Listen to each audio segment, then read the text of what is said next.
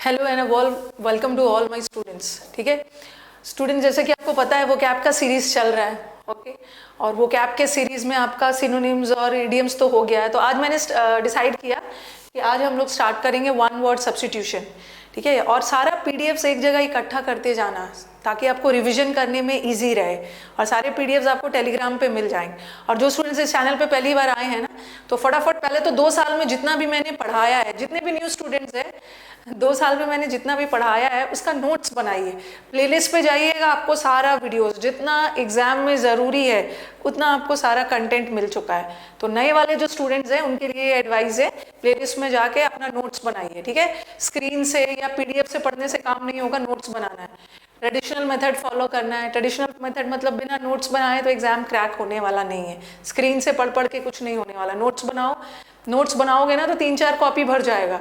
Grammar और वो cap तो खैर बहुत ज़्यादा पढ़ा है। ठीक है, तो चलो आज हम नया सेशन शुरू करते हैं वन वर्ड सब्स्टिट्यूशन का। वन वर्ड सब्स्टिट्यूशन वो सारे वन वर्ड सब्स्टिट्यूशन जो आपके CHSL में इस बार आ चुका है। ठीक है, तो चलो स्टार्ट किया जाए। One word substitution, first sentence, speed greater than that of sound. वो स्पीड जो साउंड से भी ज़्यादा ग्रेटर है उसको क्या बोलेंगे? कैकोफोनिक तो नहीं बोलेंगे। कैको का मतलब होता है बैड। कैको का मतलब ही होता है बैड। ठीक है, कैको जैसे कैकोग्राफी आपने पढ़ा होगा। कैकोग्राफी उसको बोलते हैं जिसकी हैंडराइटिंग बहुत ज़्यादा खराब होती है। तो कैकोफोनिक का मतलब है ना कर्कश आवाज, very strident, very loud, very hoarse voice. ठीक है, very loud, very strident, dissonance वाली वॉइस, बहुत अनप्लेजेंट वॉइस, जो अनप्लेजेंट साउंड को बोलते हैं, बहुत कर्कश आवाज, unpleasant sound, dissonance. Okay, hoarse voice को बोलते हैं। और इसका अगर एंटोनिम पूछ दिया ना तो बहुत स्वीट, डलसेट, हारमोनियस, मेलोडियस वॉइस को बोलते हैं। अगर इसका एंटोनिम आए तो ये तो कर्कश आवाज हो गया। और हार्मोनिक तो देखो, इसका हार्मोनिक मतलब वेरी मेलोडियस, मतलब बहुत सुरीला। तो ये तो बहुत रफ, बहुत कर्कश आवाज, और ये बहुत सुरीला आवाज, तो ये तो होगा नहीं। इन्होंने बोला है speed greater than that of sound, sound के स्पीड से भी ज्यादा ग्रेटर है, तो उसको हम क्या बोलते हैं? सुपरसोनिक। और सबसोनिक किसको बोलते हैं? That is speed lower than the speed of sound. तो ये तो इसका उल्टा हो गया। ओके, सबसोनिक नहीं बोलना। सबसोनिक का मतलब होता है speed lower than that of sound, but यहाँ ग्रेटर की बात हुई है तो सबसोनिक। नेक्स्ट वाला, a large bundle bound for storage और ट्रांसपोर्टेशन। किसी चीज का आपने लार्ज बंडल बना लिया, जैसे चीज़ों का आप बंडल बना लेते हो ताकि आसानी से एक जगह से दूसरी जगह उसको ट्रांसपोर्ट किया जा सके। उसके लिए क्या यूज़ करेंगे? ये मैंने जब आपको नाउन पढ़ाया था ना, नाउन चैप्टर में जब मैं आपको कलेक्टिव नाउन्स पढ़ा रही थी, देखो ये जो हमारे एग्जाम्स है ना, किसी भी एग्जाम्स को अंडर एस्टिमेट नहीं करना है। कहीं से भी एरर आ जाता है। जो आपने कई चीज़ें आपने बचपन में पढ़ा होगा वो भी एरर्स इंग्लिश में आ जाते हैं। जैसे आपने बचपन में पढ़ा होगा कि हॉर्स टेबल में रहता है, काऊ शेड में रहती है, डॉग केनल में रहता है। और CHSL में पूछ दिया था कि वाइल्ड एनिमल्स लेयर में रहते हैं, और CHSL में पूछ दिया कि गिलहरी कहाँ रहते हैं, स्क्विरल कहाँ रहते हैं। और ऑप्शन में ना उन्होंने होल डाल दिया था, बरो डाल दिया था और ड्रे डाल दिया था। तो गिलहरी होल में और बरो में नहीं रहते। गिलहरी जहाँ पे रहते हैं उसको हम बोलते हैं ड्रे, DREY। तो अंडर एस्टिमेट नहीं करना है। कलेक्टिव नाउन से एरर आ गया, बंडल बना के एक जगह से दूसरे चीज जगह ट्रांसपोर्ट करते हो। बेबी भी मैंने पढ़ाया था। बेबी किसको बोलते हैं? Baby is a group of young girls. Young girls के ग्रुप को बेबी बोलते हैं। ठीक है, brood is a family of young animals और birds. It's a family of young animals and birds. Young birds और एनिमल्स के फैमिली को ब्रूड बोल। अब बुके तो पता ही है, फ्लावर्स। तो आंसर क्या बचा? बेल। इसे हम बोलते हैं ना अ बेल ऑफ कॉटन। कॉटन का हम क्या बनाते हैं? बंडल बनाते हैं, ताकि आसानी से कॉटन को तो ऐसे ही नहीं एक जगह से दूसरी जगह ट्रांसपोर्ट करोगे ना, उसका बंडल बनाते हैं तो बोलते हैं अ बेल ऑफ कॉटन। तो कोई भी चीज को बंडल बना के एक जगह से दूसरी जगह ट्रांसपोर्ट करते हैं, that is bell. Next, someone who studies elections and voting statistics। A person जो इलेक्शन और वोटिंग के आंकड़ों, डेटा से रिलेटेड पढ़ाई करते हैं। एनालिस्ट तो पता है, जो एनालिसिस वगैरह करते हैं। मैथमेटिशियन भी पता है। और साइकोलॉजिस्ट भी जो आपके साइकोलॉजिकल माइंड को रीड करे, तो आंसर इज सेफोलॉजिस्ट। सेफोलॉजिस्ट का मतलब ये related to election and voting statistics. Doing something awkwardly और इन अ क्लमजी मैनर, हो सकता है कि इसमें आप रॉन्ग करके आ सकते हो। हेसनिंग का मतलब होता है ना क्विक, हेसन, हेसन का मतलब है क्विक, हरी, हड़बड़ी में, किसी काम को हड़बड़ी में करना, ये तो नहीं हो। और फॉल्टरिंग और स्टम्बलिंग का मतलब होता है ना लड़खड़ाना, अनस्टेबिलिटी, जैसे इकोनॉमी फॉल्टर कर रहा है, लड़खड़ा रहा है, स्टम्बल कर रहा है, लड़खड़ा जाना, जैसे किसी चीज़ पे आपका पैर पड़ गया और आप लड़खड़ा गए, तो ये भी नहीं होगा। वैसे फंबल का मतलब ना स्टैमर करना, हकलाना भी होता है, लेकिन इसका आंसर फंबल ही है। समथिंग आप जो ऑकवर्डली वे में कर रहे हो, ठीक से बोल नहीं पा रहे हो, ठीक है, यू आर नॉट स्टैमर कर रहे हो, ठीक से बोल नहीं पा रहे हो, बट ऑकवर्ड वर्ड में बोल रहे हो, आप एलोक्वेंट नहीं हो, तो उसको हम फंबल बोलते हैं। ओके, समथिंग मतलब जो बहुत ऑकवर्डली, बहुत एक्सपर्टीज में, बहुत अच्छे से नहीं कर रहे हो। जैसे अभी क्लमजी वर्ड किया था हमने, इडियम्स में किया था क्लमजी, जो अभी मैंने बटर हैंड पढ़ाया था आपको लास्ट इडियम्स वाले में, बटर फिंगर्स, क्लमजी वे में, निपुणता से नहीं करना, स्टैमर करना, ठीक से बोल नहीं पाना। ये सारे वन वर्ड में एक भी ऐसा नहीं है ना जो वन वर्ड के शीट में नहीं है, सारा चीज़ है, बट आप लोग गड़बड़ करके आ जाते हो because due to lack of revision नहीं करते हो, और आप लोग ज़रूरत से ज़्यादा मेरे पे डिपेंडेंट हो गए हो कि मैम क्लोस्टर्स करवा दोगी, मैम ये करवा देगी। ठीक है, मैं तो अपनी तरफ से करवाऊंगी, बट बिना अपने से मेहनत किए कुछ नहीं होने वाला है।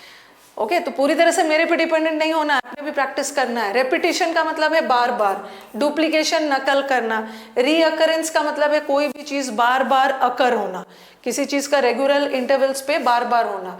यस, वर्बिटम, वर्बिटम का मतलब होता है हूबहू, एग्जैक्टली जैसा है, इसका आप यूज करते हो ना word for word, word by word नहीं होता है, वर्ड फॉर वर्ड, आपने वर्ड फॉर वर्ड कॉपी कर लिया, इसी को हम बोलते हैं वर्बिटम, हूबहू, एग्जैक्टली, एग्जैक्टली समथिंग एक्यूरेसी के साथ, वेरी प्रिसाइजली, हूबहू।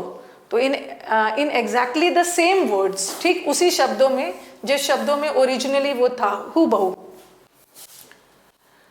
बेस्ड ऑन चांस, कोई चीज बाय चांस हो रहा है, रादर देन ऑन रीजन और अ प्लान, कोई चीज जो आपने प्लान नहीं किया है, अचानक से आपके साथ हो जा रहा है, बिना प्लान्ड, अनप्लान्ड वे में। तो कोई भी चीज अनप्लान्ड वे में हो रहा है तो क्या है, आर्बिट्ररी। आर्बिट्ररी का मतलब भी होता है अचानक से, बिना प्लानिंग के, बिना प्लानिंग। एक्स्ट्रा ऑर्डिनरी, ऑर्डिनरी नहीं हो। अ branch of science concerned with the study of अर्थ, वो ब्रांच ऑफ साइंस जो अर्थ, पृथ्वी और उसके कॉम्पोजिशन, मतलब हमारा अर्थ क्या क्या चीज से बना है, तो वो ब्रांच ऑफ साइंस जो इससे डील करता है उसको क्या बोलते हैं? जूलॉजी नहीं होगा। Biology, living organisms, biology is the study of living organisms, biology is the study of life, और लाइफ में एनिमल भी होता है, एनिमल लाइफ भी होता है, प्लांट लाइफ भी होता है। प्लांट वाले लाइफ को आप बॉटनी बोलते हो, एनिमल वाले लाइफ को जूलॉजी बोलते हो, जूलॉजी। तो जूलॉजी तो एनिमल लाइफ है, बायोलॉजी का दो ब्रांच है ना, बॉटनी और जूलॉजी, तो ये नहीं होगा।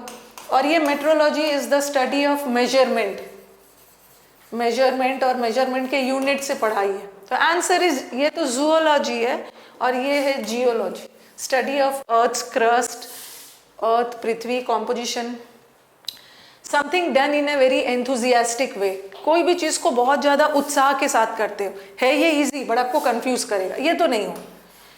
समथिंग जो बहुत उत्साहित होकर करते हो, मतलब पूरे दिल से कर रहे हो, तो हो सकता है ना, ये भी नहीं होगा। हो सकता है आप अर्नेस्टली भी लगाओ, but answer is heartily, heartily, पूरे दिल से, पूरे जोश के साथ, आंसर हार्टिली है।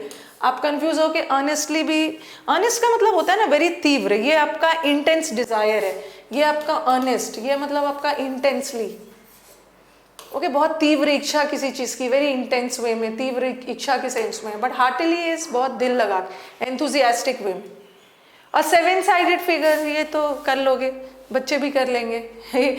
पेंटा मतलब 5, हेक्सा मतलब 6, हेप्टा मतलब 7, ऑक्टा मतलब 8। ये पॉलीगन्स के है, पॉलीगन्स में ऑक्टागन होता है, पेंटागन होता है, हेप्टागन होता है, तो 7 साइडेड है तो हेप्टा ही होगा। A close fitting cover, close fitting cover for blade of a knife, जैसे हम नाइफ को, नाइफ का कवर होता है ना, नाइफ को डाल के रखते हैं, या तलवार, मियान से तलवार को निकालना है। जो तलवार का कवर होता है उसको क्या बोलते हैं? कैरियर बोलते हैं? बिल्कुल नहीं। शील्ड का मतलब तो ऐसे प्रोटेक्ट करना, किसी चीज को प्रोटेक्टिव लेयर। केस भी नहीं होता, शीद होता है। खास करके ये बने ही है तलवार के लिए, ठीक है। तलवार जिसमें आप जिस कवर में रखते हो ना, जिसको हम शीत बोलते हैं। Withdraw from a forward position in battle, जैसे आप किसी लड़ाई के मैदान में जा रहे हो, ठीक है, लड़ाई के मैदान में जा रहे हो, हार मानकर या डर कर या किसी चीज की वजह से भी ना आपको पीछे हटना पड़ा, आप आगे बढ़ चुके हो, पीछे हटना पड़ा, तो उसको हम बोलते हैं रिट्रीट। रेस्टोर करना तो किसी चीज को रिकवर कर लेना। रीलोकेट मतलब दूसरे प्लेस पे इसको रीलोकेट करना, दूसरे प्लेस पे शिफ्ट करना। रेजॉर्ट, एक तो रेजॉर्ट वो होता है होटल वाला रेजॉर्ट, और एक रेजॉर्ट का मतलब होता है ना टेक हेल्प ऑफ, किसी चीज का यूज करना, मेक यूज ऑफ। जैसे लोग नहीं मान रहे थे, ओके, लोग बहुत हिंसक हो गए थे, तो police resorted to violence, police ने वायलेंस का सहारा लिया लोगों को वहां से हटाने के लिए। तो बोलते हैं ना अंतिम सहारा लेना, किसी चीज का सहारा लेकर कोई काम करना। तो आंसर इज रिट्रीट। रिट्रीट का मतलब होता है, रिट्रीट मतलब वापस हो जाना, पीछे हट जाना। Relating to the present time, हाँ प्रेजेंट टाइम। प्रीसीड का मतलब तो पहले हो गया, पहले, फॉर्मर। और एंशियंट का मतलब प्राचीन, ये भी नहीं होगा, ये दोनों तो बिल्कुल नहीं होगा। प्रेजेंट टाइम, प्रेजेंट टाइम का मतलब होता है समकालीन, एट द सेम टाइम। तो Akbar and Birbal were contemporaries, contemporary मतलब एक ही समय के लोग। और ये कोरोलरी का मतलब होता है किसी भी चीज का परिणाम। पढ़ा दिया है कोरोलरी। कोरोना से याद आ रहा है, कोरोना का रिजल्ट पॉजिटिव या नेगेटिव। कोरोलरी वर्ड कोरोना से हमने याद किया था, किसी चीज का रिजल्ट, अपशॉट, किसी चीज का फॉल आउट, परिणाम, रेपोकशंस, बहुत सारे वर्ड्स आपने किए हैं। आफ्टर मैथ आपको वर्ड पढ़ाया है मैंने। तो नए वाले स्टूडेंट्स एक बार प्लेलिस्ट पे जाके आप देखोगे 2 3 4 कॉपी भर जाएगा। सारे नोट्स बनाओ, सारा नोट्स बनाना जरूरी है, क्योंकि जो शुरू से जुड़े हुए हैं तो उन्हें तो पता है कि एग्जाम में जितना चाहिए आपको सारा पढ़ा दिया है। तो एक ही समय के लोग को बोलते हैं कंटेम्प्रेरी, एक ही समय, समकालीन। ईट और ड्रिंक फूड क्विकली और इन लार्ज अमाउंट्स। समटाइम्स आप बहुत हड़बड़ी में रहते हो, या समटाइम्स आपको बहुत भूख लगी होती है ना, तो आप फूड को बिना चबाए निगल लेते हो, हड़बड़ी में, जल्दी जल्दी, क्विकली, जल्दी जल्दी। तो इसको क्या करते हो? निगल जाना बिना चबाए, गल्प करना। और सिप करना तो चुस्की लेना, और चोक करना तो गले में कोई चीज फंस गया, चोक हो गया। और स्विश, ये स्विश का मतलब होता है ना हिसिंग साउंड, ये एक तरह की साउंड है। जो सांप, स्नेक का जो आवाज होता है ना, स्नेक हिसिंग साउंड करता है। So swish is a type of sound, hissing. Gulp करना मतलब बिना निगले, मतलब बिना चबाए निगल जाना, quickly, either you are in a hurry or you are hungry. Okay, चलो नेक्स्ट पे चलते हैं। A person who formally request something, specially a job. A person जो औपचारिक रूप से फॉर्मली रिक्वेस्ट कर रहा है, खास करके जॉब के लिए। तो कंटेस्टेंट तो जॉब के लिए नहीं होता है, ओके, कंटेस्टेंट तो पार्टिसिपेंट होता है किसी शो वगैरह में या किसी गेम में। नॉमिनी भी नहीं होगा, ट्रेनी भी नहीं होगा, जॉब्स के एप्लीकेंट होते हैं। अगर आप जॉब के लिए अप्लाई करते हो ना, तो आप एप्लीकेंट हो, आप कि जॉब के लिए अप्लाई कर रहे हो, रिक्वेस्ट कर रहे हो कि मैंने अप्लाई किया, मुझे जॉब दे दो, एप्लीकेंट है। Continuing for a long time, जो लंबे समय तक चले। प्रोजेक्ट तो नहीं होगा, प्रोजेक्ट करना मतलब किसी चीज को हाईलाइट करना, उजागर करना। इन्होंने दे दिया एज अ वर्ब यूज किया है, वो वाला प्रोजेक्ट नहीं है, ऑफिस और कंपनी वाला प्रोजेक्ट नहीं है, वर्ब के रूप में दिया। किसी चीज को प्रोजेक्ट करना मतलब किसी चीज को हाईलाइट करना, किसी चीज को ब्रिंग आउट करना। ब्रिंग आउट का मतलब भी है किसी चीज को हाईलाइट करना, किसी चीज को बहुत ज्यादा उजागर बनाना, नोटिसेबल बनाना। He has a profound knowledge of English. Profound का मतलब होता है बहुत डीप, बहुत गहरा, ठीक है। ही हैज अ वेरी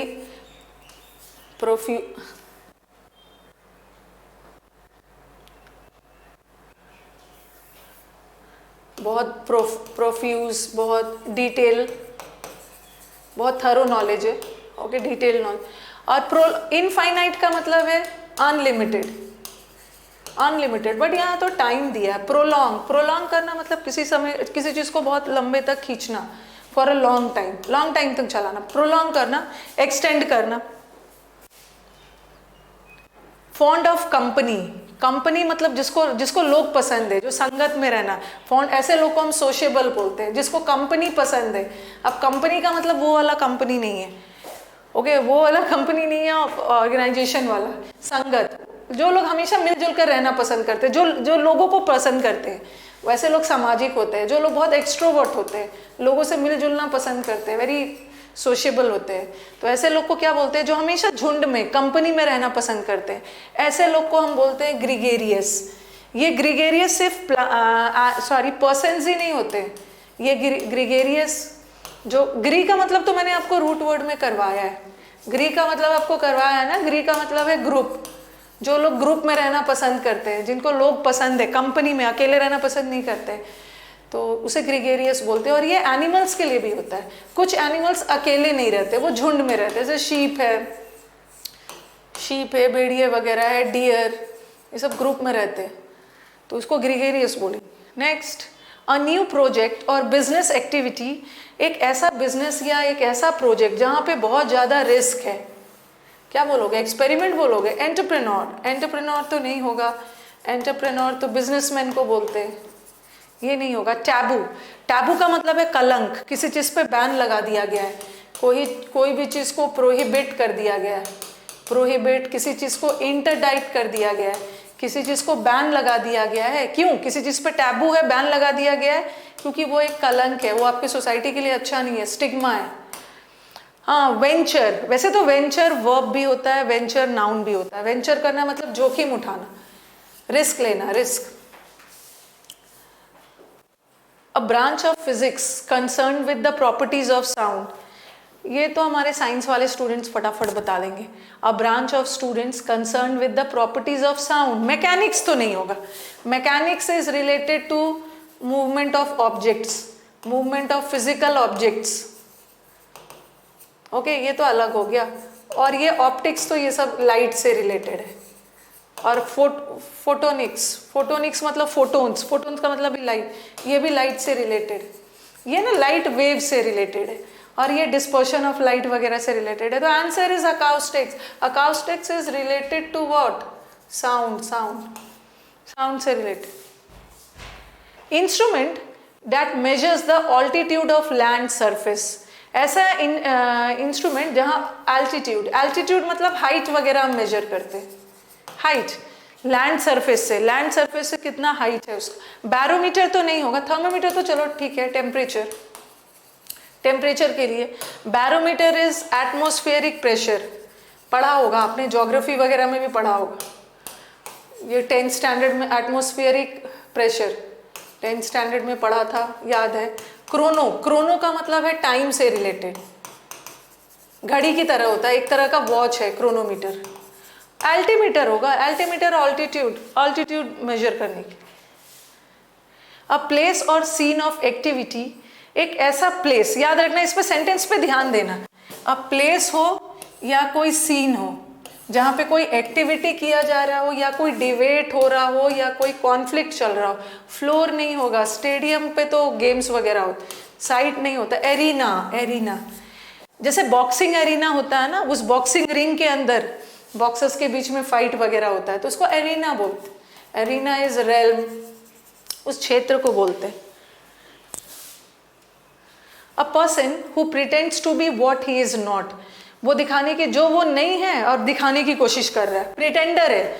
ऐसे लोग को हम बहरूपिया बोलते हैं, ऐसे लोग को हिपोक्रेट बोलते हैं। स्टोइक लोग होते हैं जिसको कोई असर ही नहीं पड़ता किसी के दुख से, किसी इनडिफरेंट है, इसे कोई फर्क ही नहीं पड़ता। अपैथेटिक लोग होते हैं, ठीक है। ये डिस्पैशनेट होते हैं, डिस्पैशनेट जिसको कुछ फर्क नहीं पड़ता है दूसरे के दुख दर्द से। दिस पीपल आर अनकंसर्न्ड है, उदासीन है। And this people are impassive है, कोई फर्क ही नहीं पड़ता।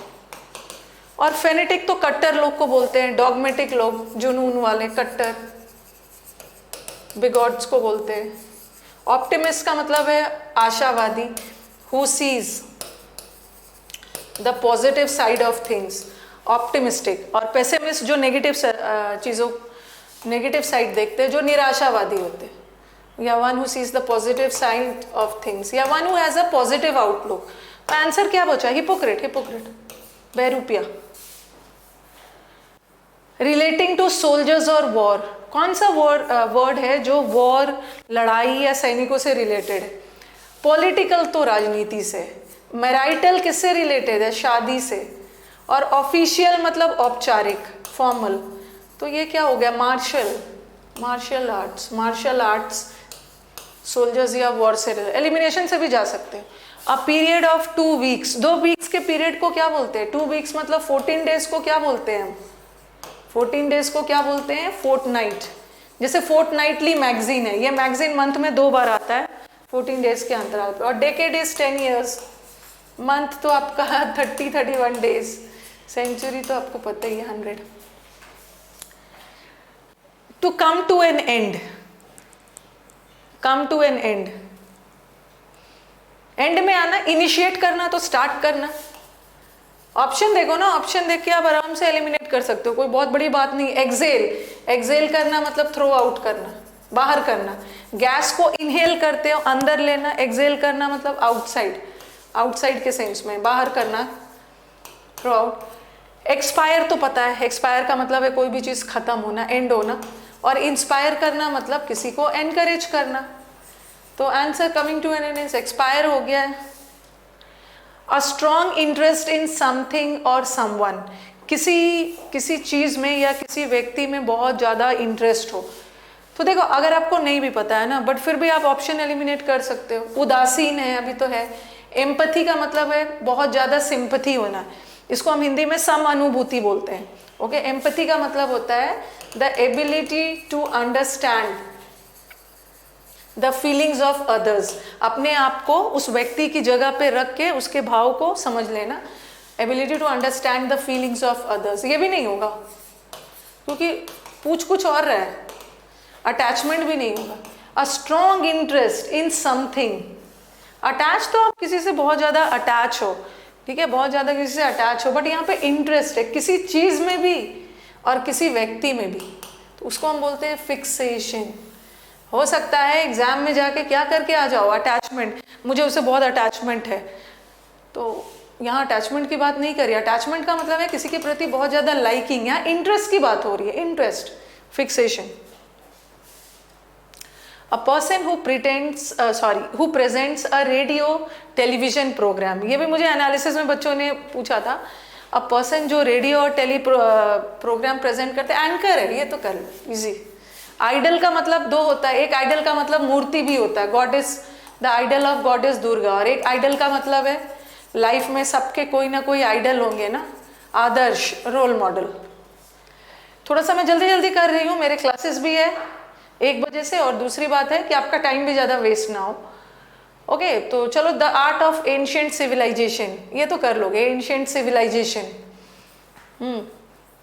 Ancient civilisation, Harappa culture and उसको क्या बोलते हैं, आर्कियोलॉजी। एंशिएंट, पुरानी सभ्यता को किसके अंदर, आर्कियोलॉजिकल सर्वे ऑफ इंडिया भी है। और ये क्या है, इटमोलॉजी में हम पढ़ते हैं कि कोई भी वर्ड कहाँ से निकल कर आया, इस वर्ड का ओरिजिन कहाँ है। ऑन्टोमोलॉजी इज द स्टडी ऑफ कीड़े मकोड़े, इंसेक्ट्स। और एरेक्नोलॉजी इज द स्टडी ऑफ एरेक्नोइड्स। ये एरेक्नोइड्स कौन होते हैं, ये एरेक्निड्स होते हैं, एरेक्निड्स। ये कौन होते हैं, एरेक्निड्स कौन से बोलते हैं, जैसे स्पाइडर का स्टडी, बिच्छू, ये सांप बिच्छुओं की स्टडी के लिए है, सांप के लिए नहीं, स्पाइडर और स्कॉर्पियन, ये एरेक्निड्स वाले प्रजाति में ये सारे आते हैं। द अरेंजमेंट ऑफ इवेंट्स, ये तो मैंने आपको सीपीओ में भी करवाया था, सीपीओ का जब सेट करवा रही थी। अरेंजमेंट ऑफ इवेंट्स और dates in the order of their occurrence, मतलब कोई भी काम किस किस डेट में कैसे कैसे हुआ, तो उसको क्या बोलोगे, कैलेंडर। क्रोनिक नहीं है, क्रोनोलॉजी। क्रोनिक बीमारी मतलब वो बीमारी जो बहुत लंबे समय से चली आ रही, डीपली रूटेड, मतलब फॉर अ लॉन्ग टाइम। जो कुछ लोगों को क्रोनिक बीमारी होती है, अस्थमा के पेशेंट है, क्रोनिक डिजीजेज है जो बहुत लंबे समय से चला आ रहा है, तो क्रोनोलॉजी होगा। A place of ideal perfection, ये भी बना लो। आइडियल, एक ऐसा प्लेस जो एकदम आइडियल है, परफेक्ट है, specially laws, government and social conditions के मामले में, जिसको हम राम राज्य बोलते हैं। एन आइडियल प्लेस, राम राज्य, this is utopia, an ideal world. और लास्ट करती हूँ, सर्टेन टू हैपन, क्या था इसमें? इजी इजी आया था, आराम से 25 में 25 स्कोर जा सकता था। Easy to happen, sorry certain to happen, जो हो के रहेगा, जिसको हम टाल नहीं सकते। इनएविटेबल बोलते हैं, अनअवॉइडेबल। अनअवॉइडेबल मतलब जो होकर रहेगा, जिसको टाला नहीं जा सकता है। बोलते हैं ना डेथ इज इनएविटेबल, डेथ को रोका नहीं जा सकता है, होकर रहेगा। ठीक है, अवॉइडेबल जिसको टाला जा सकता है, इनइफेक्टिव मतलब जो असरदार नहीं है, और अनएक्सपेक्टेड इसको एक्सपेक्ट नहीं किया है। 30 तक करती हूँ, नेक्स्ट क्लास में 30 आपको और करवा दूंगी। अभी मेरे एग्जाम्स है मेरे एग्जाम्स नहीं है, सॉरी, आपके एग्जाम्स ध्यान में रखते रखते मेरे एग्जाम्स हो गया। अभी मेरी क्लासेस है, और ये सारे बैचेस तो अक्सर मैं बताते रहती हूँ, कितनी बार बताऊँ। कोर्स ऑन मेंस है, फटाफट फाउंडेशन कोर्स है, ये सब आपका जो फाउंडेशन तो चल रहा है। कोर्स और मेंस जो बच्चे एडमिशन लेना चाहते हैं ना, फटाफट ले लीजिए एडमिशन, बहुत अच्छा बैच होने वाला है। एक बार आप बैच करोगे, आप खुद ही फील करोगे। और जो प्री वाले बच्चे हैं वो भी मेंस का बैच कर लेंगे इसके, ताकि आपका सब्सक्रिप्शन खत्म भी होगा ना, आप मेंस किए हुए रहोगे तो फिर से एडमिशन की ज़रूरत नहीं होगी। और पैराजम्बल्स का बैच चल रहा है इस बार। मेरा इस बार का टारगेट है पैसेज, टारगेट किया था मैंने क्लोज टेस्ट, और क्लोज टेस्ट में बहुत इंप्रूवमेंट हुआ है बच्चों का, और क्लोज टेस्ट इजी भी आया था, मेंस में इतना इजी नहीं आएगा। और ये सब स्पॉटिंग एरर का मैराथन है। ठीक है, आपको ये कोड यूज़ करना है, रानी 10 कोड यूज़ करोगे आपको 10% डिस्काउंट मिल जाएगा। अनअकैडमी में जो भी कोड मांगे ना, जहाँ भी अनलॉक कोड, ये यूज़ कर देना, ये यूज़ करना, और आराम से पढ़िए। ये सारे बैचेस हैं, ठीक है। बेस्ट एडुकेटर्स टीम, ब्रह्मास्त्र नाम बैच ही बैच है, सफलता, और जो हाँ, और ये वाला तो वो वाला बैच है ना, मेंस वाला, मेंस का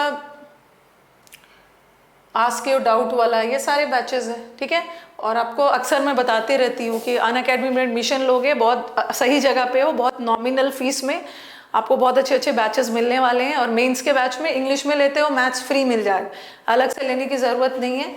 आराम से पढ़ाई कर। और बच्चों का कहना था डिस्क्रिप्टिव, इसी में आपको डिस्क्रिप्टिव का अलग से बैच नहीं शुरू होगा, इसी सब्सक्रिप्शन पे आपको डिस्क्रिप्टिव में, इसी में बीच में मैं डिस्क्रिप्टिव भी करवा दूंगी।